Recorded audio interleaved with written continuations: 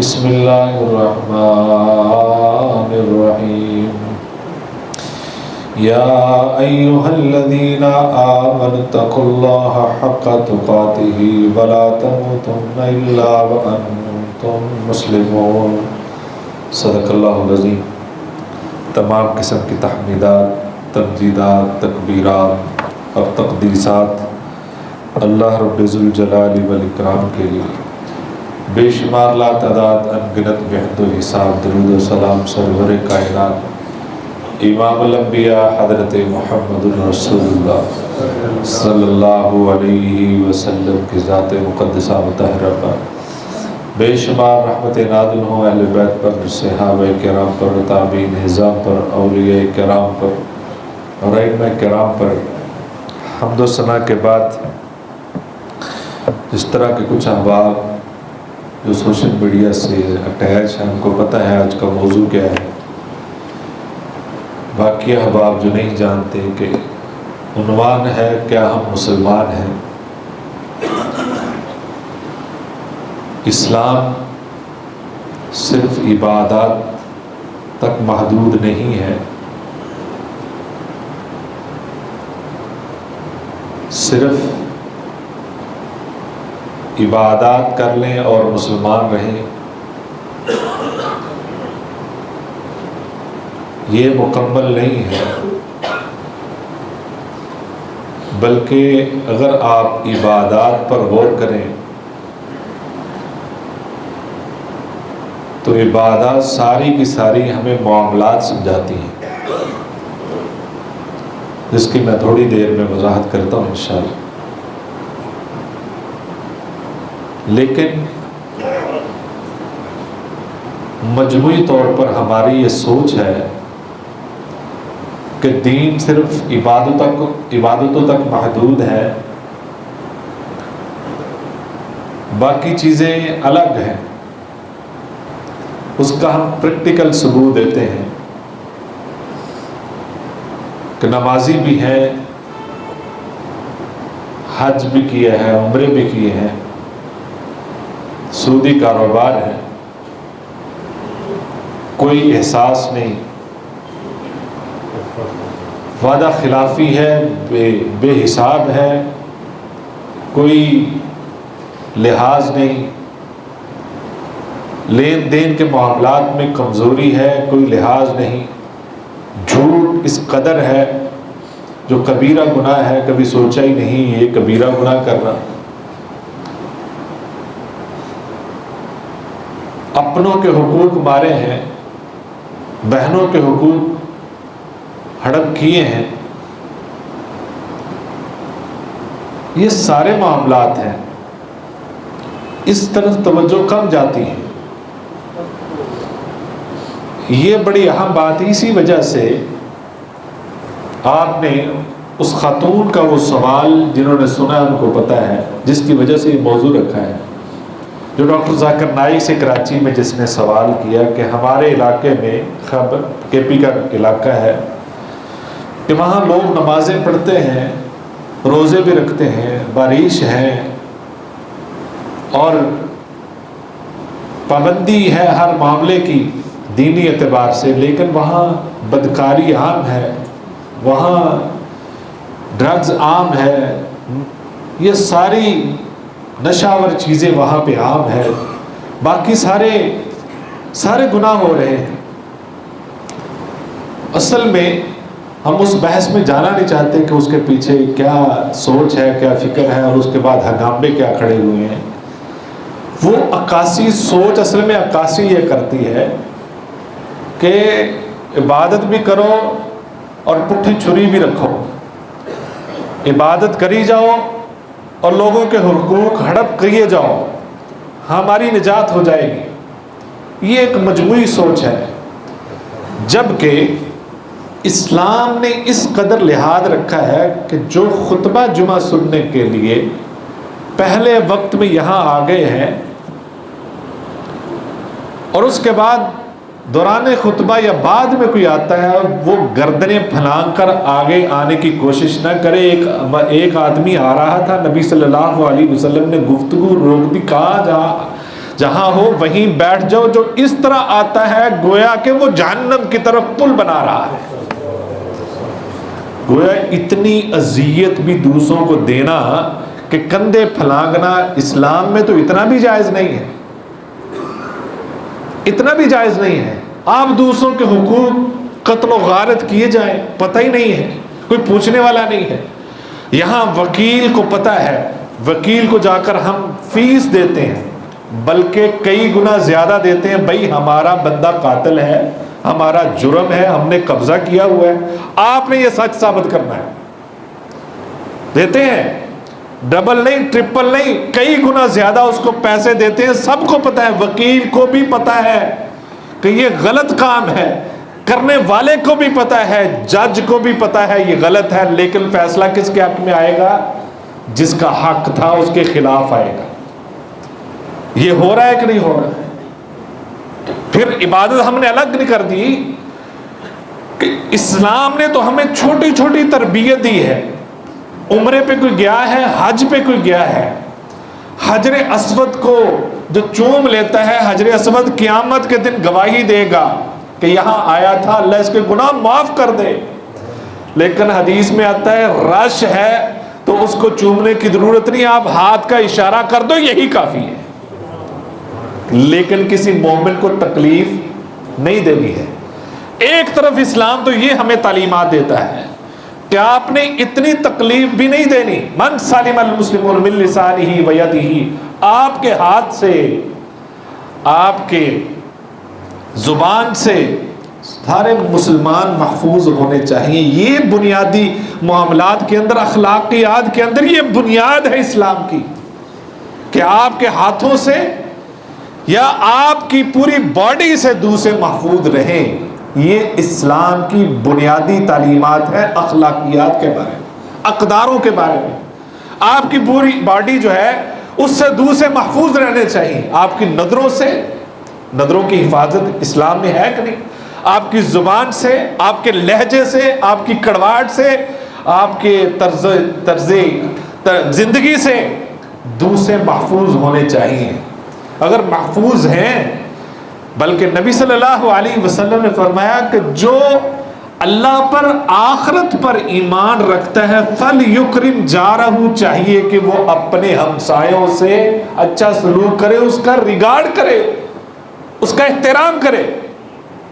فَلْيُكْرِمْ ضَيْفَهُ، تمہارے پاس کوئی مہمان آ جائے اس کا اکرام کرو، اس کی عزت کرو۔ اسلام نے یہ ہمیں بنیادی تعلیمات دی ہیں۔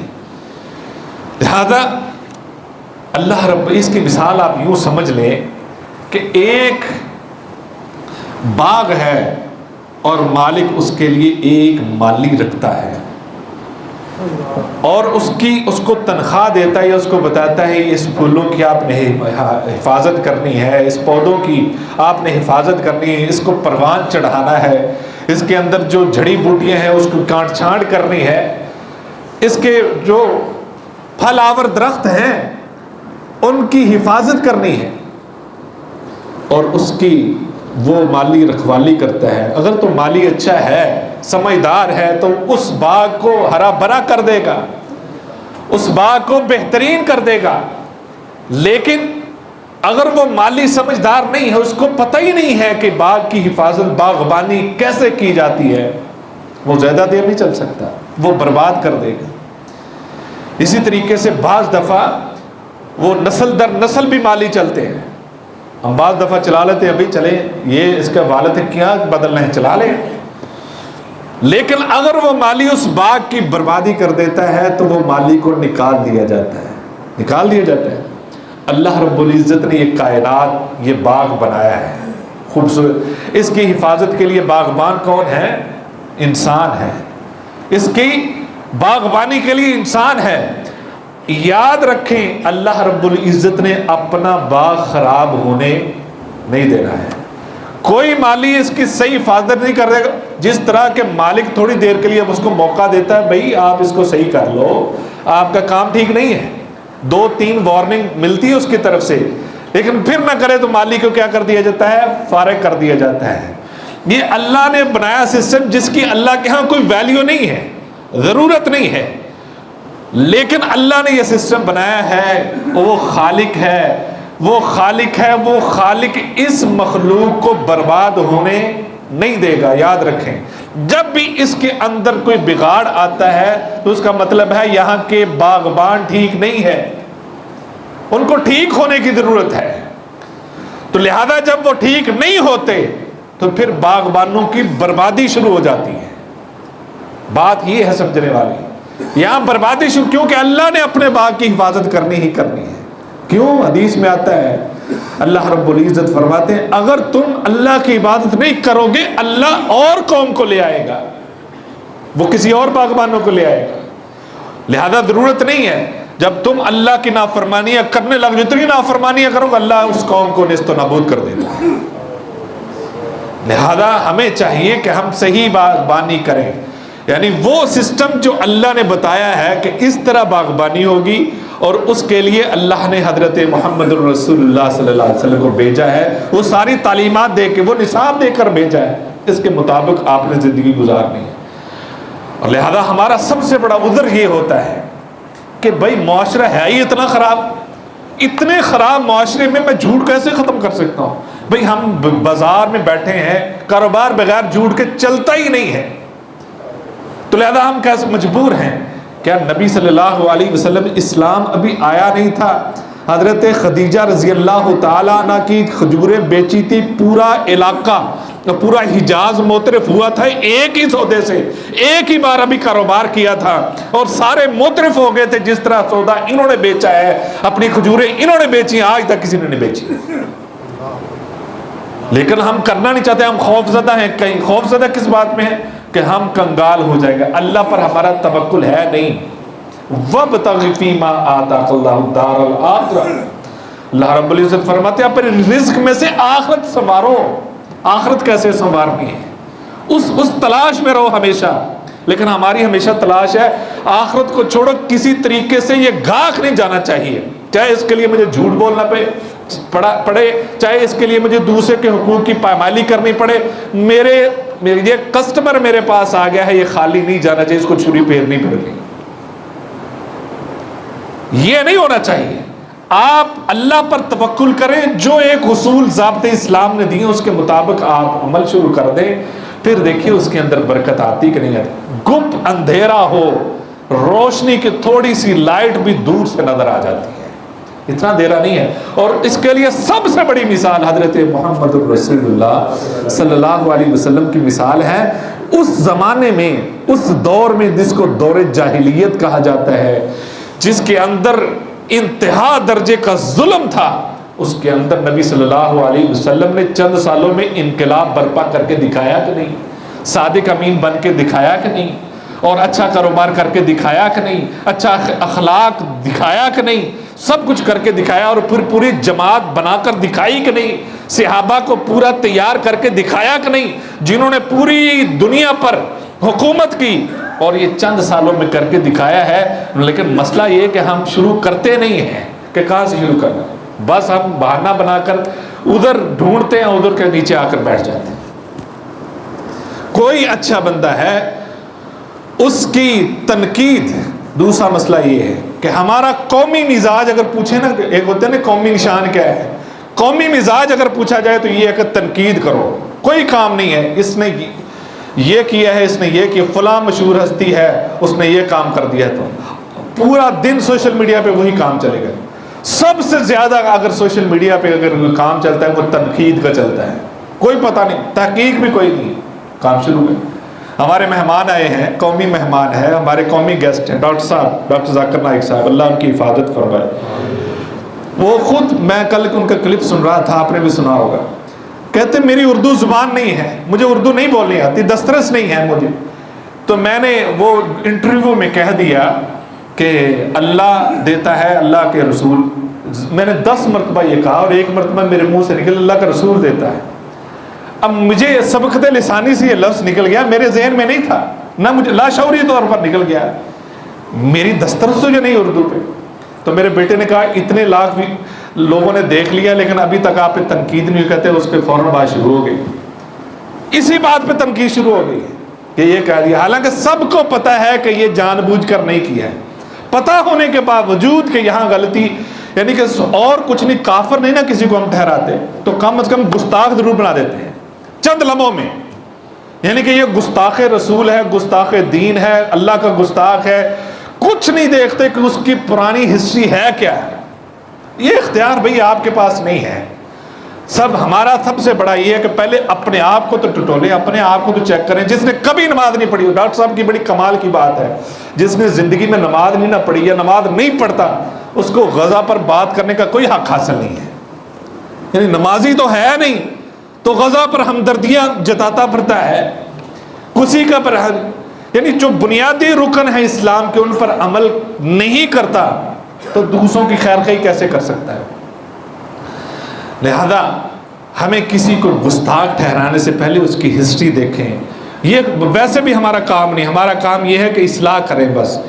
نبی صلی اللہ علیہ وسلم کو اللہ رب العزت نے یہی کہا ہے کہ آپ کا کام لوگوں تک پہنچا دینا ہے، بس بتا دینا ہے آپ کا کام۔ نبی صلی اللہ علیہ وسلم کرتے تھے بعض دفعہ کہ میں نے اتنی تبلیغ کی ہے، نبی صلی اللہ علیہ وسلم کو اللہ نے حوصلہ دیا، بس آپ ٹھیکیدار نہیں ہیں، ان کے دروگے نہیں ہیں، بس آپ کا کام لست علیہم بمسیطر وما علینا الا البلاغ، آپ کا کام ہے پہنچا دینا بس، آگے پھر قیامت کا دن ہوگا تو پھر ان سے حساب لیا جائے گا، اس سے پہلے ٹھیک ہونا چاہیے۔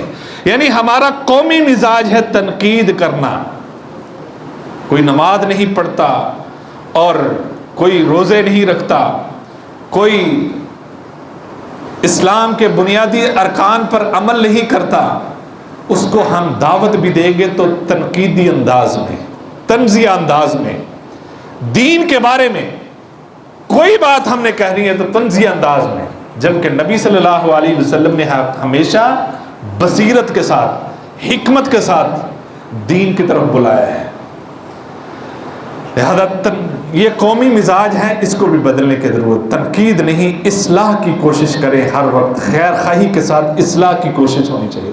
تیسری بات جو میں نے شروع میں اشارہ کیا تھا کہ معاملات اور عبادات کو ہم نے الگ کر دیا ہے، جبکہ عبادات ہی معاملات سکھاتی ہیں۔ مثلا نماز جو ہے یہ ہمیں اجتماعیت سکھاتی ہے کہ آپ کو خیر خواہی سکھاتی، مسجد میں آئیں گے دوسروں کا حال حقیقت پوچھیں گے، دوسروں کے مزاج سے واقف ہو۔ اگر یہ بندہ اکیلا تنہا رہتا ہو، اس کو پتہ ہی نہیں چلے گا لوگوں کے مزاج کے ساتھ کیسے برتاؤ کرنا ہے۔ یہ 5 وقت لوگوں سے جو ملتا ہے ان کی ترخت لہجوں کے ساتھ یا نرم لہجوں کے ساتھ ان کو مزاجوں کا پتہ چلتا ہے، اپنے مزاج کو اعتدال میں رکھنے کا موقع ملتا ہے، لوگوں کی خبر خیری کرنی ہو جاتی ہے، لوگوں کے ساتھ معاملات ہوتے ہیں، یعنی ساری خبر مل جاتی ہے مسجد میں آ کر۔ اگرچہ ہمارا مزاج بھی ایسا ہے کہ نماز آئے فوراً بھاگ جاتے ہیں۔ اور اسی طریقے سے حج ہے، حج کے اندر سب سے پہلی شرط یہ ہے کہ فلا رفث ولا فسوق ولا جدال فی الحج، اس میں جھگڑا نہیں ہونا چاہیے۔ لڑائی جھگڑا اگر بد زبانی نہیں ہے پھر حج قبول ہے، اس لیے کہ ہر وقت وہاں پہ ایک ایک قدم پہ لڑنے کو دل کرتا ہے، دوسرے کو قتل کرنے کو دل کرتا ہے، کیونکہ مزاج ایسے ہیں، کہاں کہاں سے لوگ آئے ہیں، کس کس مزاج کے لوگ آئے ہیں، ان کا ایک سٹائل ہی اپنا ہے، ہر بندے کا اپنا سٹائل ہے۔ اور وہاں پہ وہ سیکھنے کو صرف حج عبادت نہیں ہے، اس میں معاملات سکھائے ہیں دین نے، کہ آپ نے قوموں کے اندر قوموں کا مزاج ہے، ان کے اندر آپ نے کیسے سروائیو کرنا ہے، صبر کیسے کرنا ہے، برداشت کیسے کرنی ہے، حوصلہ ہمت کیسے آپ نے، لمبا سفر کرنا پڑے تو کیا کرنا ہے، اسلام کے لیے کچھ کرنا پڑے تو کیا کرنا پڑے، بہت ساری مثالیں، بہت ساری چیزیں سکھائی ہیں۔ زکوٰۃ ہے، خیر خواہی کا جذبہ اس میں دکھا، دوسروں کی ہمدردی اس میں دی، دوسروں پر خرچ کرنا سکھایا ہے۔ لہذا معاملات عبادات نے سکھائے ہیں، یہ الگ الگ نہیں ہے، لیکن ہم نے صرف سمجھ لیا کہ یہ الگ ہے، بھئی آپ رگڑا بھی لگائی جاؤ اور نمازی بھی، اور سارے نیکی کا لیبل بھی لگائے رکھو، نیکی کا لیبل نہیں، اصل میں نیک بننے کی ضرورت ہے، اصل میں اسلامی ہونے کی ضرورت ہے۔ اور اسی طریقے سے گناہ پر مطمئن، ہمارا سارا معاشرہ گناہوں پر مطمئن ہے۔ بہت سارے جو شوبز سے تعلق رکھتے ہیں، پہلے تو شوبز میں ایک پورا شوبز کا ایک شعبہ ہوتا ہے نا، اب ہر گھر میں شوبز ہے۔ ٹک ٹاکر یعنی فضول قسم کی ویڈیو بنا کر ہٹ ہو کر کہتے ہیں الحمدللہ اللہ نے بڑی عزت دی ہے، فلمیں بنا کر جی اس عید پہ فلم آ رہی الحمدللہ اس عید پہ ہم ریلیز کریں گے، رمضان کے بعد بڑی عید پہ بقرہ عید پہ فلمیں ریلیز کریں گے، ماشاءاللہ ماشاءاللہ نے بڑی عزت دی ہے۔ یعنی اس میں اسلامی چیزوں کا ذکر کر کے، جملوں کا ذکر کر کے پھر ہم مطمئن ہیں جی بڑا اچھا کام کر رہے ہیں، عزت اس عزت کو اللہ کی طرف منسوب کر رہے ہیں، پٹھے کام خود کیے سارے ہی، اور پھر اس کو کیا ہے اسلام۔ اور بہت سارے ایسے کام جو پہلے ہم جھجکتے تھے کرتے ہوئے، اس کو ہم ہمارے مزاج میں شامل ہو چکے ہیں۔ ایسے تہوار ہیں اس کو کرتے ہوئے جھجکتے تھے، اب کیا کرتے ہیں ہم اس کو مثال کے طور پہ سالگرہ کو پہلے کرتے ہوئے بہت ہم ڈرتے ڈرتے کرتے تھے، اب بلا جھجک کرتے ہیں، بہت ٹھیک ٹھاک ہے، ایونٹ بن چکا ہے۔ اور اس میں کیا ہے اس کو اسلامی ٹچ کرنے، اسلامی تحائف دیے جاتے ہیں، تحائف دے کر اس کو اسلامی بنا لیا گیا ہے۔ اور چند سالوں کے بعد آپ دیکھیں گے کہ یہ پورا اس کے اوپر لیبل اسلام کا لگ چکا ہوگا۔ اس طریقے دوسرے تہوار بھی آپ دیکھ لیں، جتنے مذہبی تہوار ہیں، حالانکہ اسلام نے صرف 2 تہوار دیے تھے اسی لیے، لیکن ہمیں یقین نہیں ہے نعوذ باللہ اسلام کا، ہم کہتے ہیں تہوار تھوڑے ہیں، زیادہ ہونے چاہیے، وہ زیادہ کے چکر میں ہم نکلے۔ اسی طریقے سے بدعتی کو اس لیے توفیق نہیں نہ ملتی، جس نے دین کے اندر نیا کام ایجاد کیا تو اس کو اس لیے توبہ کی توفیق نہیں ملتی ہے، وہ سمجھتا ہے میں تو مطمئن ہوں، میں تو صحیح کام کر رہا ہوں۔ بے شمار ایسے کام دین سمجھ کر کیے جا رہے ہیں، وہ سمجھتے ہیں یہ دین ہے، اس لیے ضرورت نہیں مجھے توبہ کی۔ اس لیے کہ ہٹ درمی اتنی آ چکی ہے کہ اخلاقیات کو ہم، یعنی میں اس کی مثال یہ دیتا ہوں، آپ کے ساتھ یہ واقعات ہوتے ہوئے، آپ ون وے پہ جا رہے ہیں، سیدھے جا رہے ہیں، کوئی آپ نے کوئی غلطی نہیں کی، آگے سے ون وے توڑ کے کوئی آ رہا ہے اور آپ کا ٹکراؤ ہو گیا ہے، اب شرمندگی کس کو ہونی چاہیے؟ جو ون وے توڑ کے آ رہا ہے۔ ہمارے ہاں ون وے توڑنے والے کو شرمندگی نہیں ہوتی، وہ ہٹ درمی سے گھورے گا اس بندے کو جو سیدھا آ رہا ہے کہ تو راستہ کیوں نہیں دے رہا مجھے، اور یہ ہر جگہ پہ ہو رہا ہے۔ یعنی یہ ہمارا مزاج ہے، اور اسی طریقے سے ہم قانون پر عمل کرتے ہیں۔ اسی طریقے سے وہ بڑے ایک کالم نگار ہیں، ان کا ایک میں نے مضمون پڑھا، وہ کہتے میں اے ٹی ایم پہ گیا تو رش لگا ہوا تھا وہاں پہ، تو میرے پہلے کچھ نوجوان تھے، تو اس دوران ایک گاڑی کھڑی ہوئی تو اس میں 2-3 خواتین نکلی، تو میں اب میرے اپنے دوست کے ساتھ میں کھڑا ہوں، اور میں یہ دل میں سوچ رہا ہوں کہ یہ اب کوئی نکلے گا نا تو ان نوجوانوں سے میں کہوں گا کہ ان خواتین کو ٹائم دے دیں، پہلے زیادہ دیر کھڑی رہے گی مناسب نہیں لگتا۔ کہتے ہیں ہم باتوں میں لگے تو اسی دوران وہ بندہ نکلا اور فوراً نوجوان اندر داخل ہو گئے۔ مجھے بڑا غصہ چڑھا نوجوانوں پہ کہ انہوں نے تھوڑا حیا نہیں کیا ہے، تو بہرحال وہ اندر چلے گئے۔ اب میں یہ سوچ رہا ہوں کہ اب یہ باہر نکلیں گے، کیونکہ میں کافی دیر سے کھڑا ہوں، تو میں ان کو موقع دوں گا خواتین کو یہ چلی جائے اندر۔ وہ نوجوان باہر نکلے، خواتین نے ہماری طرف دیکھا بھی نہیں، اندر چلی گئی۔ تو میں اس انتظار میں اب باہر آئیں گی تو ہمیں ایکسکیوز کریں گی، معذرت کریں گی۔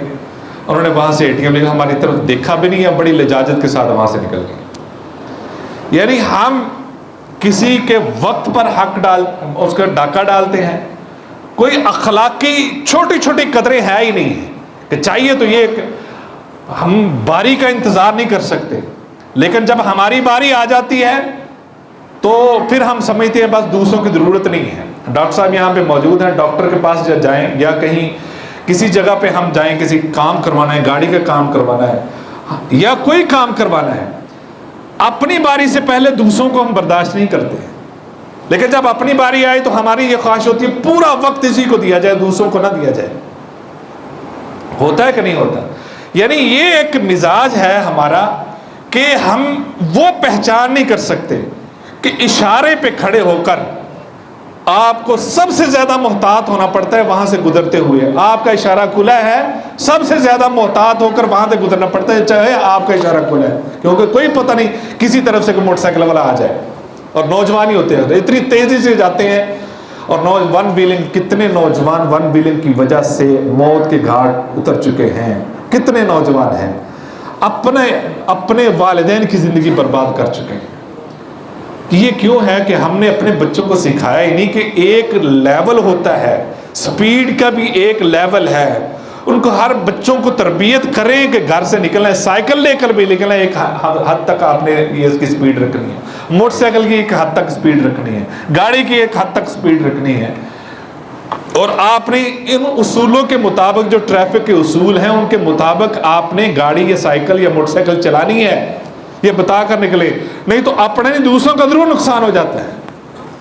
یہ بات دوسری طرف نکل گئی کہ یہ ہٹ درمی، یہ سخت مزاجی، اور یہ ہم اپنے کام پر مطمئن ہیں، ظلم بھی کر رہے ہیں اور مطمئن بھی ہیں، اب کوئی مسئلہ نہیں۔ ایک میں ویڈیو مجھے آئی کسی کی کراچی کی، کہ وہ آٹا ہے اور آٹا اس کو گوند کر اس نے پوری ایک لمبی ویڈیو اس میں دکھایا، اس نے گیلا کر کے اس کو پھر پانی کے آگے رکھا، وہ پانی کتنی دیر رکھا، اس کے بعد اس میں سے ربڑ نکلی۔ وہ کہتا ہے جی اس آٹے کے اندر ربڑ ملا کے یہ بیچا جا رہا ہے۔ اب کتنا کا فرق ہے ربڑ کا اور گندم کی، کتنا کا کما لیا ہوگا اس میں۔ اور ہر چیز کی ایسی آپ دیکھیں کہ کوئی بھی چیز آپ کو خالص نہیں ملے گی، کوئی چیز بندہ کوئی غلط آپ چیز کسی کو کھلا رہے ہیں، اس کی موت واقع ہوگی اسی وقت نہیں تو چند مہینوں میں چند سالوں میں ہو جائے گی، اس کی وجہ سے کوئی بیماری لگے گی، فوت ہو جائے گا، آپ قاتل ہیں۔ اور قتل اللہ کو تو پتہ، کسی کو نہیں پتا کہ آپ قاتل ہیں، لیکن اللہ کو پتا ہے کہ آپ نے جو ملاوٹ کی اس وجہ سے بندہ مر گیا ہے، اس کا حساب دینا پڑے گا، اس کا حساب دینا پڑے گا۔ پھر ہم کہتے ہیں مسلمان ہیں، بڑے پکے مسلمان، ملاوٹ کرتے ہوئے یہ سوچنا پڑے گا کہ میں کتنا بڑا ظلم کر رہا ہوں۔ ایک تو اس کا قاتل ہوں، دوسرا جو آپ نے پیسے لیے ہیں نا اس کے بدلے وہ سارے ظلم ہے، وہ حرام کے ہیں پیسے۔ آپ نے اپنا بھی بیڑا گرک کیا، اپنی اولاد کا بھی بیڑا گرک کیا، اپنے گھر بار کا بھی بیڑا گرک کیا، اور اس کی زندگی بھی برباد کر۔ لہذا یہ ایک نہیں مثال، کسی بھی چیز کو خریدنے سے پہلے ہمیں یہ خوف ہوتا ہے کہ اس کے اندر پتہ نہیں کون سی زہر ملائی ہوگی۔ اخلاق بڑی اہم چیز ہے، کسی کو متاثر کرنے۔ حضرت موسیٰ علیہ السلام فرعون کے دربار میں تھے، اور مقابلہ ہوا نا جادوگروں کا۔ اب فرعون کا دربار ہے، جادوگر ہے، اور حضرت موسیٰ علیہ السلام کے ساتھ کوئی ہے ہی نہیں، پوری فرعون کی قوت ہے، اس کا دربار ہے، اس کے جادوگر ہے۔ انہوں نے کہا، جادوگروں کو اکٹھے کر کے کہا چلو کرو جی، اپنا آپ جادو دکھائیں، آپ دکھائیں۔ حضرت موسیٰ علیہ السلام نے قال لهم موسیٰ القوا ما انتم ملقون، آپ ڈالیں جی، آپ کے پاس جو رسیاں ہیں، جو بھی چیز ہے آپ ڈالیں اس میدان میں، دیکھتا ہوں کیا ہوتا ہے۔ تو علماء لکھتے ہیں یہ اصل میں حضرت موسیٰ علیہ السلام کا بلند پایا اخلاق تھا کہ پہل ان سے کروائی ادب و احترام کی وجہ سے، کہ بھئی آپ کا اس کے دربار میں بڑا وقار ہے، فرعون کے دربار میں آپ کو بڑا مانا جاتا ہے، تو میں بھی آپ کا ریگارڈ کرتا ہوں، آپ کا احترام کرتا ہوں، آپ پہلے آئیے، جس طرح ہم کہتے ہیں آئیے جی پہلے، آپ پہلے کیجیے، آپ پہل کیجیے۔ وہ احترام تھا جس وجہ سے اسی وقت جادوگر متاثر ہو گئے تھے، جس وجہ سے سارے جادوگروں نے اسلام قبول کر لیا تھا۔ یعنی ایک چھوٹی چھوٹی چیز کا اسلام نے لحاظ رکھا ہے۔ لہذا جو ظلم کرتا ہے، دھوکہ کرتا ہے، نبی صلی اللہ علیہ وسلم نے فرمایا جو دھوکہ کر کے کوئی چیز حاصل کرتا ہے، يُنْسَبُ لِكُلِّ غَادِرٍ لِوَانٍ يَوْمَ الْقِيَامَةِ، قیامت کے دن اس کی پیٹھ میں ایک جھنڈا گاڑ دیا جائے گا جو پوری دنیا دیکھے گی، جس نے لوگوں کو دھوکہ دیا ہے، ملاوٹ کی ہے، جس نے فراڈ کر کے اس کے ساتھ کوئی معاملہ کیا ہے۔ اور جھنڈا لگانے کا مقصد یہ ہے کہ پوری دنیا دیکھ لے یہ جھنڈا کہاں لگا ہے، کس کے لگا ہے، کیوں لگا ہے، وجہ کیا تھی، سب کو پتہ چل جائے گا۔ اس کا خلاصہ یہی ہے۔ نبی صلی اللہ علیہ وسلم نے ایک حدیث بیان فرمائی ہے، علماء لکھتے ہیں اسلام کے لیے صرف یہ اکیلی حدیث ہی کافی تھی، اور کچھ نہ بیان ہوتا، یہ اکیلی حدیث ہی کافی تھی۔ نبی صلی اللہ علیہ وسلم نے فرمایا الدین النصیحہ، دین خیر خواہی کا نام ہے، خیر خواہی للہ ولرسولہ ولکتابہ ولائمۃ المسلمین وعامتہم، کہ یہ خیر خواہی اللہ کے ساتھ، عبادت کریں تو خیر خواہی کے ساتھ کریں، اطاعت رسول کریں تو خیر خواہی کے ساتھ کریں، لوگوں کے ساتھ علماء کا احترام کریں تو خیر خواہی کے ساتھ، لوگوں کے ساتھ معاملات کریں تو خیر خواہی کے ساتھ۔ کچھ کرتے ہیں اس کے اندر جذبہ خیر خواہی ہونا چاہیے، اس کے اندر دوسروں کا خون نچوڑنا یا دوسروں کے حقوق کا ڈاکہ ڈالنا یہ سوچ نہیں ہونی چاہیے، دھوکہ نہیں ہونا چاہیے۔ اس کے اندر جھوٹ نہیں ہونا چاہیے، کسی طرح کا فریب نہیں ہونا چاہیے، خیر خواہی ہونی چاہیے، اللہ رب العزت آپ کے ہر معاملے کو جو غلط بھی ہو رہا ہے درست کر دے گا۔ نبی صلی اللہ علیہ وسلم نے فرمایا ان الصدق تمانیۃ والکذب ریبۃ، جو سچائی ہوتی ہے نا یہ سب سے بڑا فائدہ یہ دیتی ہے کہ اطمینان دیتی ہے۔ کسی بھی کام میں آپ سچے ہیں، کام میں سچے ہیں، کوئی کام کرتے ہیں محنت سے لگے ہوئے خلوص سے، اللہ اس کے اندر اطمینان ضرور آپ کو دے دیتا ہے۔ لیکن آپ کام کر رہے ہیں وہ سچائی سے نہیں کرتے، دھوکہ دیتے ہیں، مالک کو بھی دیتے ہیں، کام کرنے والے بھی دھوکے میں ہیں، جس سے کروایا جائے اس میں بھی اس کے ساتھ بھی دھوکہ کیا جا رہا ہے۔ آپ اپنے ساتھ مخل نہیں، اصل میں یہ کیا ہے؟ نبی صلی اللہ علیہ وسلم نے فرمایا والکذب ریبۃ، اضطراب رہیں، اس مضطرب رہیں گے، ہر وقت آپ اضطرابی کیفیت میں رہیں گے، آپ کو سکون نہیں مل سکتا۔